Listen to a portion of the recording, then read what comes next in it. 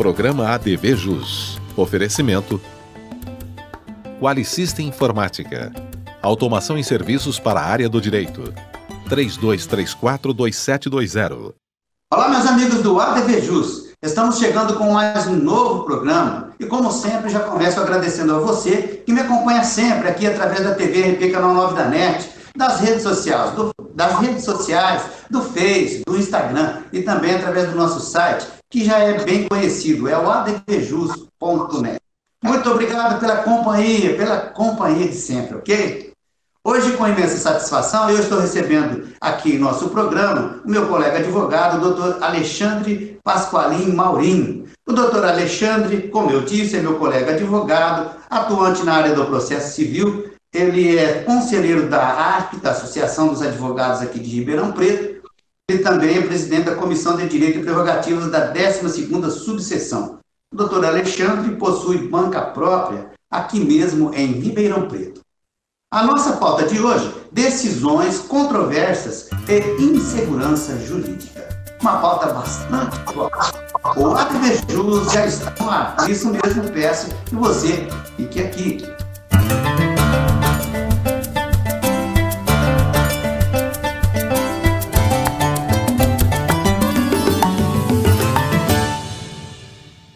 Doutor Alexandre, muito obrigado de ter aceito o nosso convite para participar desse bate-papo jurídico aqui no ADV Jus TV. Eu que agradeço e fico honrado pelo convite. Tá certo. Doutor Alexandre, eu pautei aqui, né, decisões controversas, insegurança jurídica, é um tema aberto, né? E eu já começo te falando, já externando aqui o seguinte: atualmente vivemos os reflexos nocivos aí dessa pandemia, isso é inegável, né, doutor? E, inclusive em todos os sentidos, em todos os universos profissionais aí. Mas, às vezes, eu tenho a impressão que tem muita gente, inclusive do nosso métier, né, da advocacia, do universo jurídico, que eles não se deram conta ainda que realmente a nossa situação também é uma situação complicada. A situação de todo mundo é igual daquela criança que não quer ingerir o remédio amargo. Nós temos o remédio amargo para tratar essa pandemia que tem agora e ninguém quer fazer uso dele. A gente fica terceirizando responsabilidade e não tem essa consciência. Infelizmente, né, doutor? Agora, no dia a dia, né, muitas divergências de interpretação são observadas, né, doutor? Eu estou falando justamente das interpretações legais, sobretudo aí nas esferas dos tribunais. O senhor acredita, né, que nós estamos aí margeando, ou passando por um período em que está bem, assim, quase que bem acesa a luz da insegurança jurídica, doutor? Olha, a interpretação do direito há muito tempo deixou de ser aquela clássica. O juiz não é mais uma boca da lei. Ele, como todos nós, a gente verifica a lei e constrói o direito no dia a dia. Nessa construção, às vezes a solução não é o que a parte deseja, sempre há alguém desagradado. É difícil uma decisão que agrade as duas partes, é praticamente impossível. Então, sempre vai ter alguém fazendo essa crítica. O senhor acredita que hoje também, doutor, com esse advento principalmente aí das redes sociais, né, é muita opinião também, né, doutor? As pessoas imaginam que ali ela tem aquele objetivo, aquele pensamento, ela vai ali, descarrega no teclado e às vezes ela não está externando o que ela acha que é o certo, que na verdade não é bem aquela não é bem a verdade, né, doutor? A rede social, ela cria uma ilusão de bolhas de verdades, né? Você acaba se agregando numa bolha e passa a ignorar qualquer opinião divergente. Inclusive, hoje a gente pode até falar que existe uma polarização no sentido de que, quando você vê uma medida divergente, você entende ela como uma inimiga. A pessoa que manifestou, ela passa a ser sua inimiga, e não é assim. A gente precisa aprender que as divergências, elas enriquecem o debate. E, às vezes, até acaba legitimando mais ainda a nossa manifestação. O senhor sabe, doutor, uma coisa que as pessoas imaginam, né? A pessoa, evidentemente, que acha que ela está com a razão e, às vezes, ela é uma pessoa que vem influenciar outras pessoas que estão ali também na rede social ligada Para as quais aquela pessoa que está externando uma opinião que não é a correta, para elas vem a ser a correta, e às vezes não é, né? Muita gente também confunde o argumento de autoridade, né? Às vezes a pessoa é médica e diz algo, vamos dar um exemplo nosso, no ramo jurídico, e por ser médica, quem não conhece vai falar assim, não, mas ela é uma médica. É a mesma coisa que eu, advogado, falar alguma coisa sobre medicina. Então, assim, ele disse, mas ele é um advogado. Então, assim, a gente tem que tomar muito cuidado com esses argumentos de autoridade e, assim, em qualquer esfera, na hora de fazer nossa análise. É verdade. Temos que ter cuidado, né, doutor? Nós somos formadores de opinião, né? Doutor, agora falar um pouquinho de um enfoque um pouco mais jurídico, né? Nós aprendemos lá no banco escolar, né, na Faculdade de Ciências Jurídicas, na Faculdade de Direito, né, que os poderes, né, são independentes e harmônicos entre si. E hoje a gente observa que existe, assim, muita divergência, né? Parece que aquilo que nos ensinaram na faculdade, nos quais a gente também acredita, eles hoje parece que não é bem assim mais, né, doutor? Por que será? Ó, eu acredito que a divergência e essa disputa no poder sempre existiu. Quando foi idealizado lá na época da Revolução Francesa, ele procurava que um poder limitasse o alcance do outro, para que nenhum ficasse um superpoder subjugando os demais. Então, assim, nós entendemos que cada um tem uma função típica de legislar, executar leis, julgar, e funções também atípicas. Por exemplo, o judiciário tem uma função de administrar o seu pessoal, o legislativo tem uma função de administrar, o executivo ele acaba legislando com decretos, então tem uma função atípica também. Às vezes, há um excesso no exercício desse poder, e cada um e o sistema tem uma forma de freios e contrapesos. O sistema dá a liberdade e, ao mesmo tempo, ele puxa a rédea, às vezes. E, às vezes, nem sempre a população entende que essa questão de puxar a rédea faz parte dessa liberdade que é concedida. Então, doutor, inclusive o senhor tocou num ponto assim que é um ponto bem nevrálgico, né? Porque nós, advogados, temos sim a obrigação de uma interpretação mais equânime, uma interpretação mais lógica dentro do que a gente se propôs, que é justamente o exercício da advocacia, né? Então, quando um tribunal ele tem uma decisão que ela é tornada pública, evidentemente que eu tenho certeza que nossos colegas, nós temos aquele cuidado para não ir contra, às vezes, uma decisão que nos parece assim, absolutamente fora de propósito. E isso, ela incide sobre a população, em geral, a população mais humilde, de uma maneira muito forte, né? E o que a gente não pode concordar, né, doutor? A gente tomou conhecimento aí de algumas manifestações, inclusive com foguetes, rojões, em direção lá à corte. Isso precisa ter um cuidado também, né, doutor? A gente tem que lembrar que essa degradação das instituições não é um fenômeno só desse governo. Ela vem se você for pensar, eu me sirvo até de outros juristas que falam que o enfraquecimento do Estado veio desde do fenômeno da venda de bens de empresas públicas, aquela ideologia do Estado mínimo, o Estado entrando cada vez menos, exercendo cada vez menos o seu poder. A partir desse momento, o direito também acaba sendo enfraquecido nesse sentido.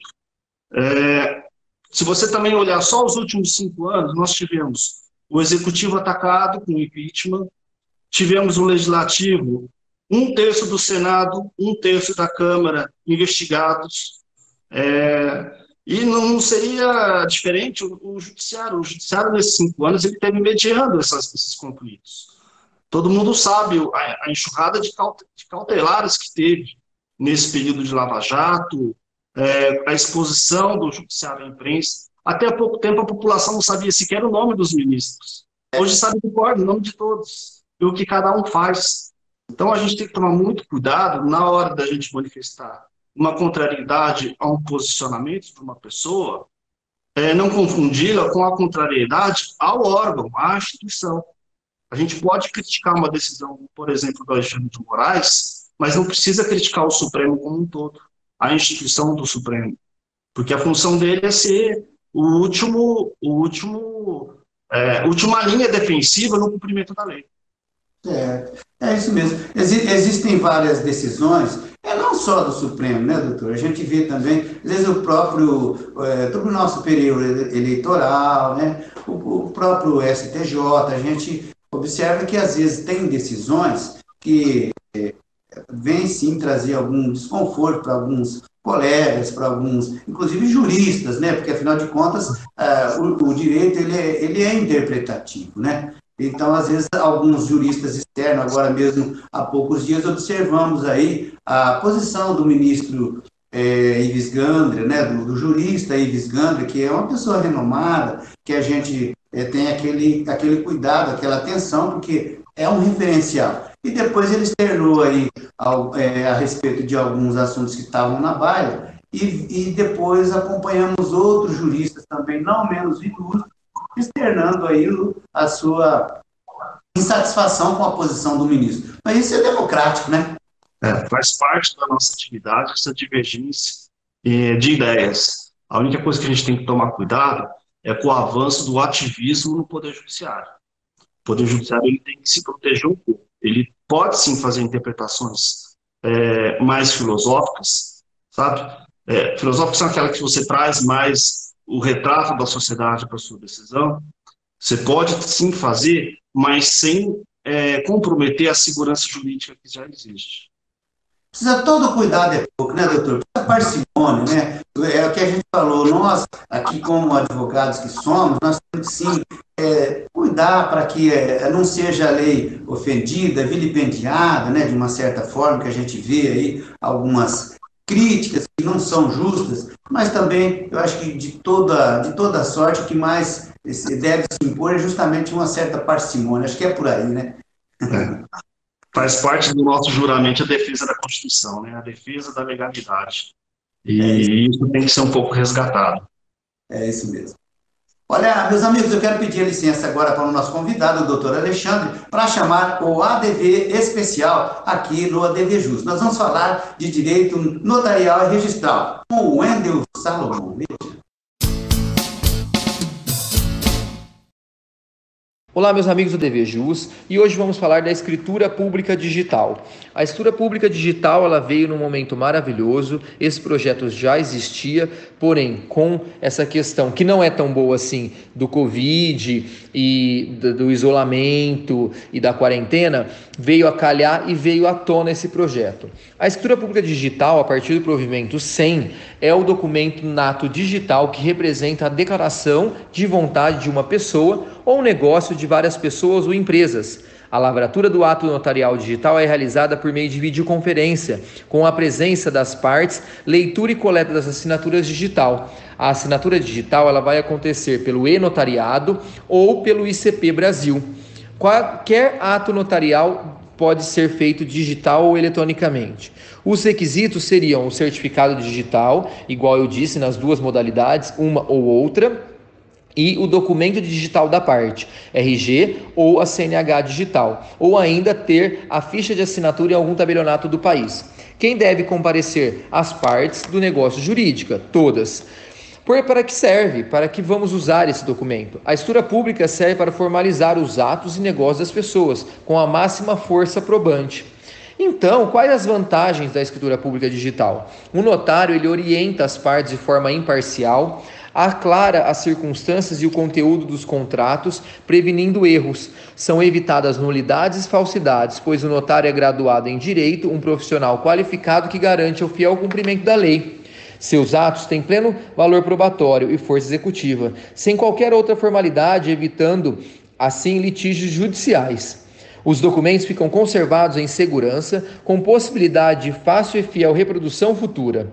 Os atos notariais contêm uma publicidade reconhecível por terceiros, por toda a sociedade e pelo Estado. O notário é responsável pela redação e legalidade dos documentos que lavra.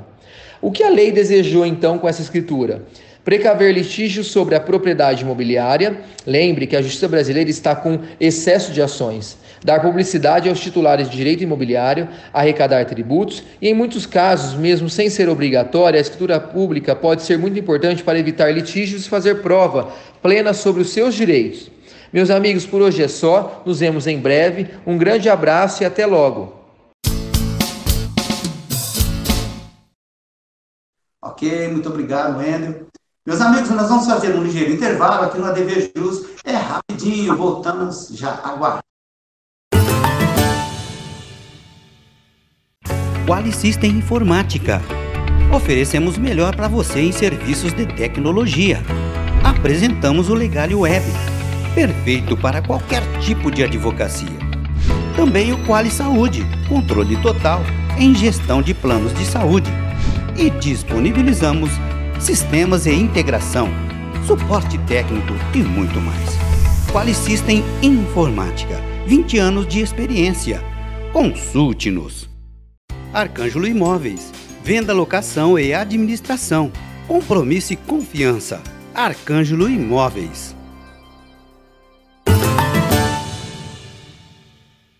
Legal, estamos de volta então com o ADV Jus TV. Hoje nós honrosamente recebemos nosso colega advogado, o doutor Alexandre Maurinho. Nós estamos falando a respeito de decisões controversas e insegurança jurídica. Doutor Alexandre, nesse instante eu queria falar agora um pouquinho, né, do processo em si, do processo civil em si, né, que ganhou agilidade, inegavelmente, aí com o advento do processo eletrônico, né?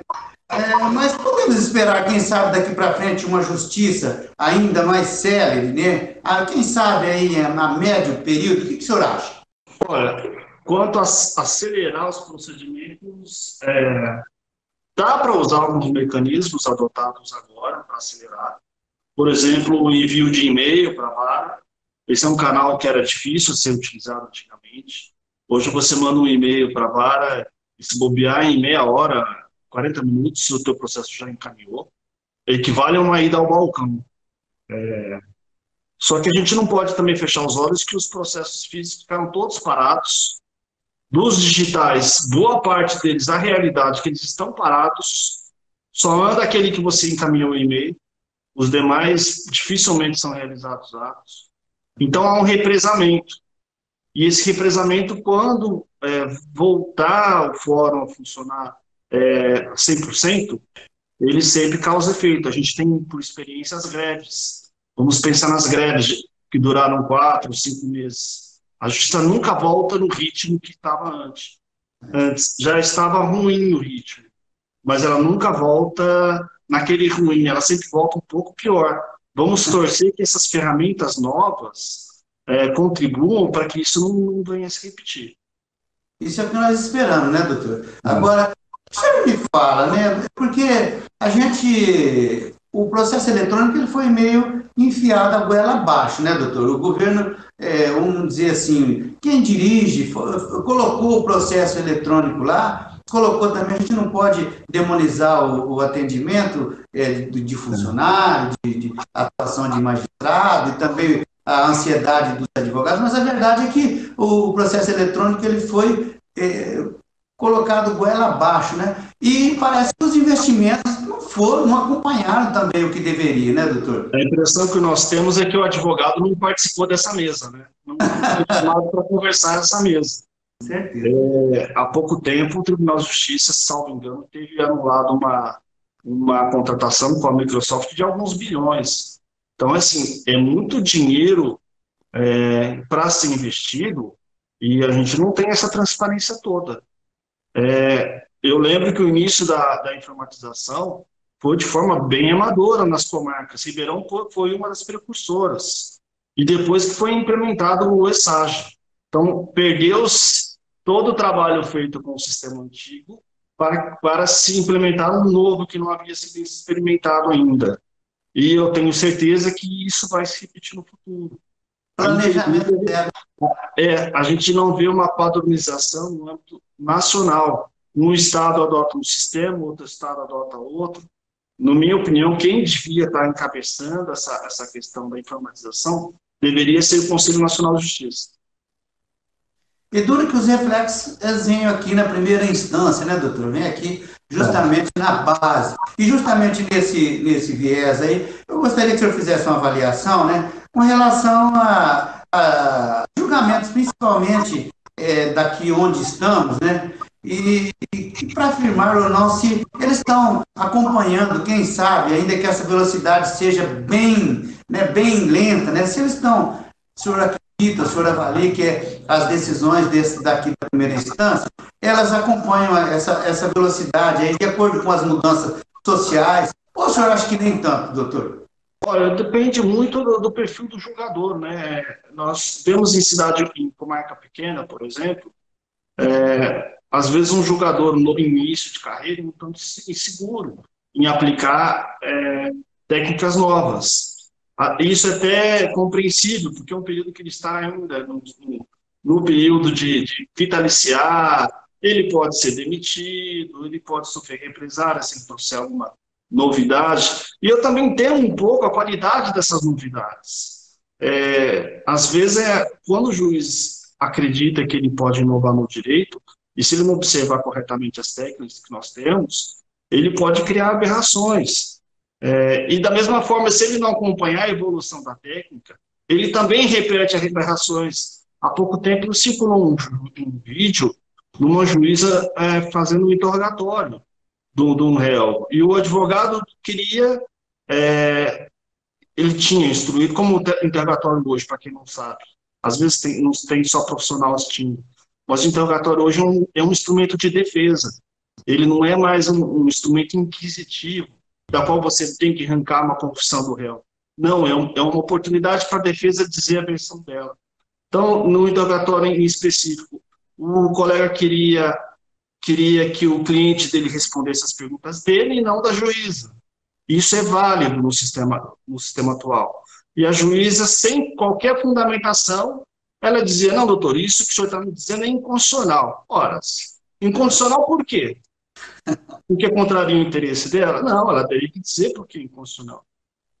Flagrantemente, ela abusou do direito por não acompanhar a evolução da interpretação do interrogatório. Doutor, quem sabe ela estava no Código de Processo antigo ainda, né? Olha, não sei qual, mas nosso código é de 1940. Então, ela tem bem... Ela estava no Código Jurássico, viu, doutor? Agora, eu quero falar com relação, né, doutor, ao atendimento a nós dispensados. O senhor já falou muito bem que a gente comunga, assim, é bem sério, né? Você envia para lá o e-mail e com bastante brevidade você tem aquela resposta, né? Mas eu gostaria que você falasse com relação ao atendimento mais específico, né? Já falou um pouquinho do processo físico, né? Que tem toda aquela implicação que a gente já sabe muito bem qual é, né?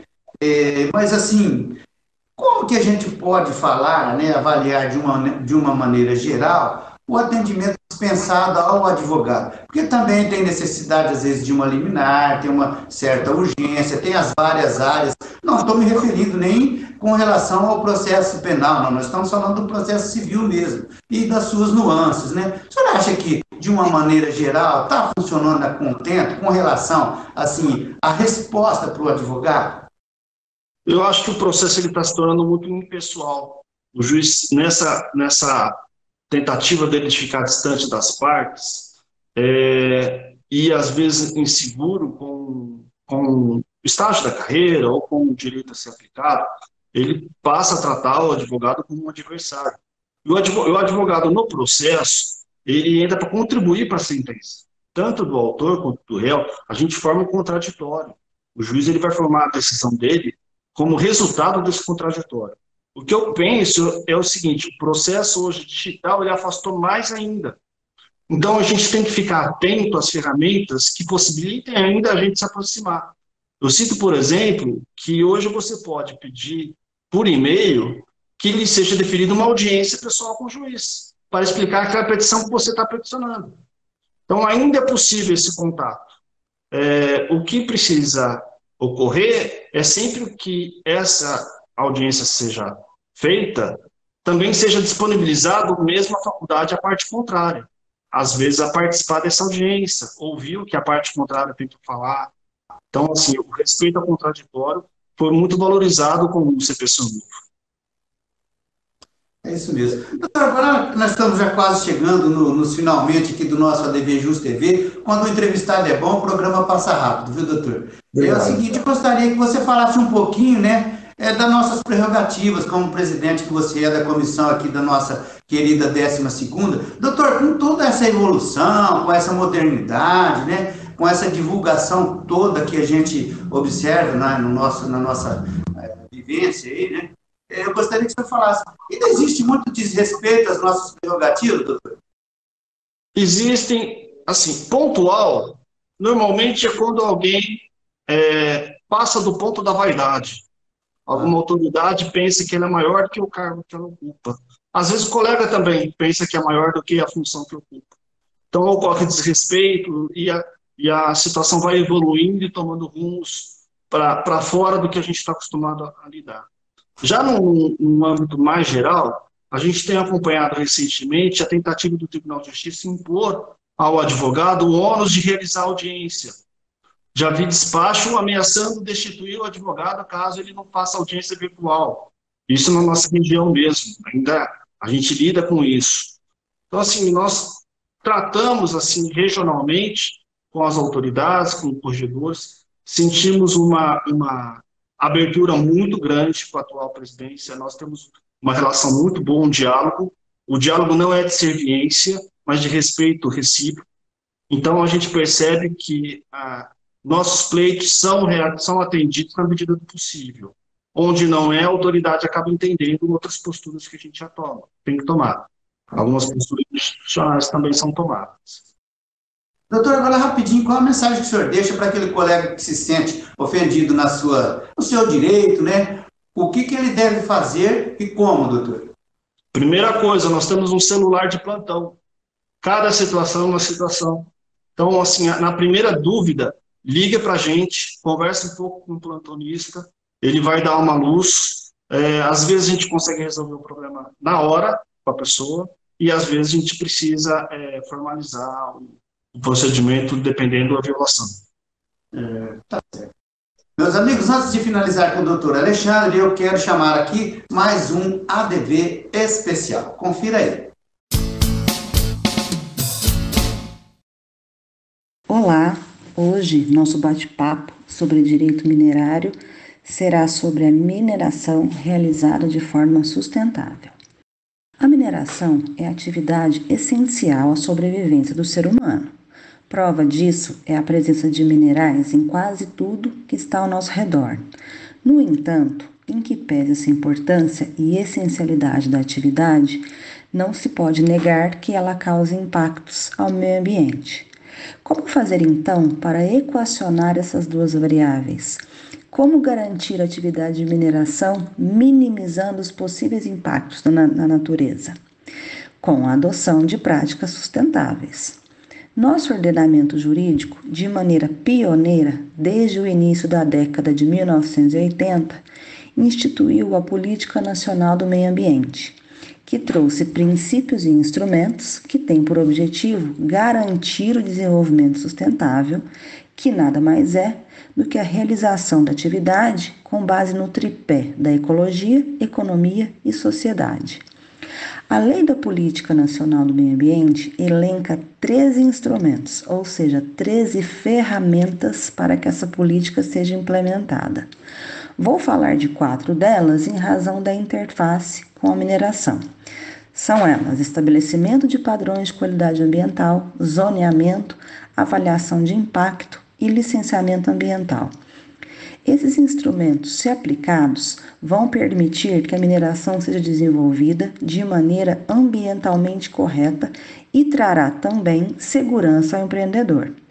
O zoneamento, por exemplo, ao estabelecer nos planos diretores dos municípios os locais onde a mineração é permitida, tolerada ou proibida, confere segurança ao empreendedor, que saberá de antemão as áreas que poderão ser prospectadas, como também garante o funcionamento da atividade em áreas que não causarão grande impacto. Os padrões de qualidade também, se já estão definidos, além de servirem de limites de tolerância à emissão de matérias e energia, também propiciam segurança, pois orienta o investidor sobre as tecnologias que deverão ser utilizadas para a implementação do seu empreendimento. Voltarei em breve aqui no ADV Jus Especial para falarmos mais sobre direito minerário. Doutor Alexandre, nós, como eu disse, chegamos no final do nosso ADV Jus TV de hoje. Eu quero agradecer imensamente a sua participação, agradecer o seu aceite, né, ao nosso convite para participar aqui do nosso portal, do nosso programa. Muito obrigado. Eu que agradeço e, mais uma vez, eu fico ao lado e me coloco à disposição para sempre que vocês precisarem. Certeza, doutor.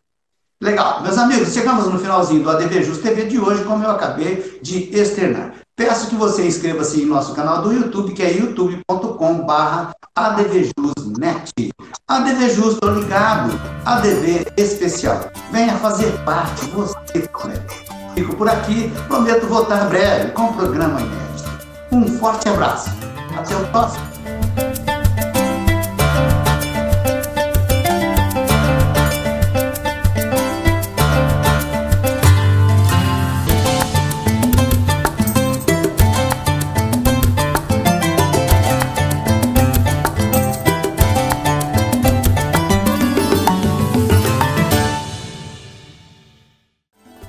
Programa ADV Jus. Oferecimento Qualisystem Informática. Automação em serviços para a área do direito. 3234-2720.